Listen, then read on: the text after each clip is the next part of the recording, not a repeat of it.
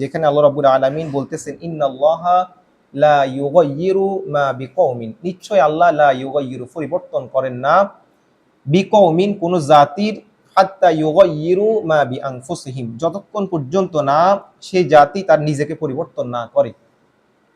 অর্থাৎ এই আয়াতে আল্লাহ রাব্বুল আলামিন আমাদেরকে শিক্ষা দিতেছেন, আমাদেরকে বলতেছেন বান্দা আমনা আমনি নিজে নিজে কোনো কিছু হবে না। তুমি যদি আল্লাহর উপর ভরসা করে তুমি যদি নিজে নিজে বসে থাকো, তুমি যদি তোমার চেষ্টা যদি অব্যাহত না রাখো, তাহলে আল্লাহ রাব্বুল আলামিন জীবনে তোমাকে কখনো পরিবর্তন করবেন না।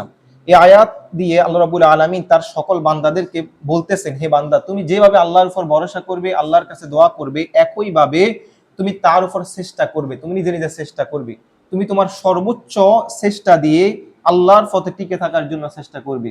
অর্থাৎ আমাদের ভিতরে আমরা অনেকেই 5 ওয়াক্ত নামাজ পড়তে আমরা অভ্যস্ত না।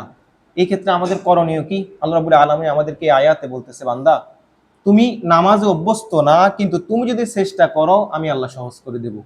তোমার কাজ হচ্ছে চেষ্টা করা, তোমার কাজ হচ্ছে যে আমি ঘুম থেকে উঠবো, আজকে রাত্রে আমি অ্যালার্ম দিয়ে রাখলাম, ফজর নামাজ আমি উঠে জামাতের সাথে আদায় করব।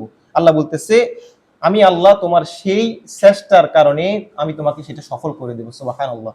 অর্থাৎ এই আয়াত দিয়ে আল্লাহ বান্দাকে বোঝাচ্ছেন তোমার প্রতিটি কাজ, তোমার ইনকাম, তোমার জীবনের প্রতিটি চাওয়া, তোমার ভালো আচরণ, তোমার মানুষকে সম্মান করা, তোমার পরিবারের দায়িত্ব গ্রহণ করা, তোমার প্রতিটি কাজের যে মূল উদ্দেশ্য সেই উদ্দেশ্য হবে তুমি চেষ্টা, তোমার চেষ্টা।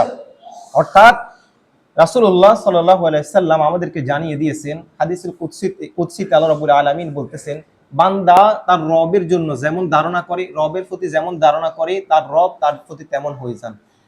এরপরে তিনি বলতেছেন কোন বান্দা যদি তার নিজে নিজে যদি তার আল্লাহকে স্মরণ করে, নিজের নফসে যদি সে আল্লাহকে স্মরণ করে, আল্লাহ রাব্বুল আলামিন নিজ সত্তায় সে বান্দাকে স্মরণ করেন। কোন বান্দা যদি কোন মাজলিসে যদি তার রবকে স্মরণ করে, তাহলে আল্লাহ রাব্বুল আলামিন তার থেকেও উত্তম মাজলিস অর্থাৎ ফেরেশতাদের মাজলিসে একত্রিত হয়ে ওই বান্দাদেরকে আল্লাহ রাব্বুল আলামিন স্মরণ করেন। সুবহানাল্লাহ। এই হাদিসের শেষ অংশে আল্লাহ বলতেছেন কোন বান্দা যদি আমার দিকে এক বিগত পরিমাণ যদি আমার দিকে এগোয়, শুধুমাত্র এক বিগত পরিমাণ নিয়ত করলো, মাত্র মনে মনে ইরাদা করলো, হে আল্লাহ আমি তোমার দিকে পরিবর্তন হতে চাই, আমি তোমার দিকে ফিরে আসতে চাই, আমি দ্বীনের উপর অটল থাকতে চাই, আমি কোরআন নিয়ে বাঁচতে চাই, হাদিস সুন্নাহ নিয়ে আমি জীবন অতিবাহিত করতে চাই। আল্লাহ রাব্বুল আলামিন বলতেছে আমার দিকে মাত্র এক বিগত আগানোর জন্য আমি তার দিকে এক হাত বাড়িয়ে দিই। সুবহানাল্লাহ। অর্থাৎ বান্দা শুধু নিয়ত করলো, চেষ্টা শুরু করলো, আল্লাহ তার দিকে এক হাত বাড়িয়ে দিয়ে তার দিকে আল্লাহ রাব্বুল আলামিন নিজের দিকে ওই বান্দাকে নিয়ে আসলো।